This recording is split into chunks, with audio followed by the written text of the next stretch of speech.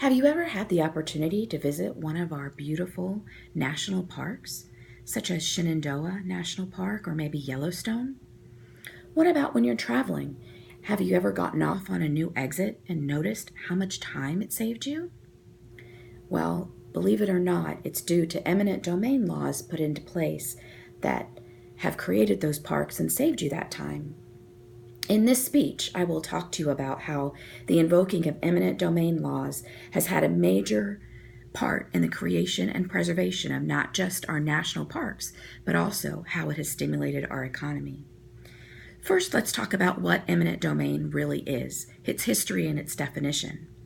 Well, according to Webster's Dictionary, eminent domain is the right of a government or an agent that's acting in its behalf to appropriate private property, use it for public use, but with the payment of compensation. The Fifth Amendment to the Constitution tells us that nor shall private property be taken for public use without just compensation. Now, in the past, those laws have traditionally been used to facilitate transportation, like we were talking about with the highways, but also supply water and be used in military times in order to aid in defense. Now, also in the past, it has been used to establish parks and even preserve historic places of interest. Now, we just reviewed about the Constitution, and we mentioned the term taken for public use.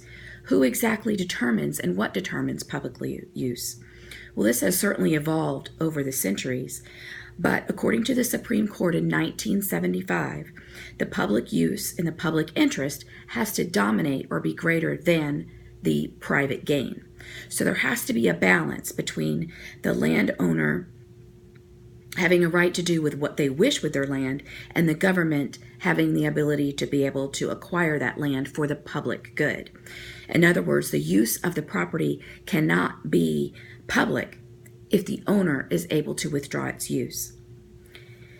Now, we talked earlier about our national parks, our national landscape. So what has eminent domain contributed to when it comes to our national parks? Well, according to the National Park Service, in 1932, Yellowstone National Park, which we spoke about, was increased by 7,600 acres, and this was strictly because of the use of eminent domain laws. Some of that was because willing owners contributed their land, but others that may not have been willing instead had their land taken through eminent domain. Now, because of this, we have a much larger national park. There are certain endangered species that are allowed to now survive in that park because of its increasing of its boundaries. We also have the Shenandoah National Park, which the Commonwealth of Virginia had to invoke eminent domain for that entire park, or it would not even be here. Today, that park encompasses 197,000 acres.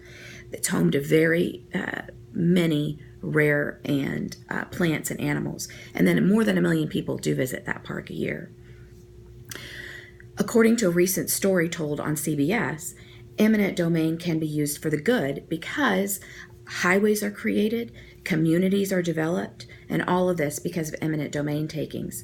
Where would our cities be today if we weren't taking into use these cities, these travel roads, and using these highways to facilitate quicker travel? Now, the third point we were going to talk about is the economic benefits to our nation because of eminent domain laws. We've had a lot of urban renewal.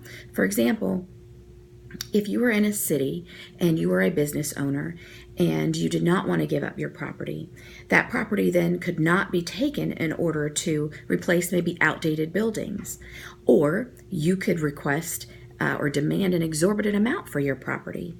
And that would certainly diminish the ability of the government to be able to replace and renew that area. So then blighted areas are able to be given new life and new energy through the use of government takings. We also talked about a few times is our national parks like Yellowstone and Shenandoah. Those are certainly considered to be large tourist attractions. Well, when you have a tourist attraction, certainly that brings a lot of extra people to your community. Those extra people have to stay in hotels, have to purchase meals, so that certainly brings economic benefit to that community. For example, we are given this Minute Maid Park Stadium in Houston, and it was obtained by eminent domain because it was a formerly blighted area. Because of this, now millions of people visit Houston. That doesn't just benefit that stadium. However, it also benefits because high rises have had to be built in order to host many of the people that are now coming to that community. Without eminent domain and the invoking of these governmental rules, we would not have the transit that would be available for schools and also public transportation. In conclusion, rarely does eminent domain really get credit where it deserves credit for the positive things it has accomplished. However, as you can see from my speech, the use of eminent domain in government projects has certainly helped to beautify our country as well as provide economic growth in communities all over the United States. So before you decide that eminent domain is something that should be abolished, think about what our country and our national landscape would look like if we didn't support it.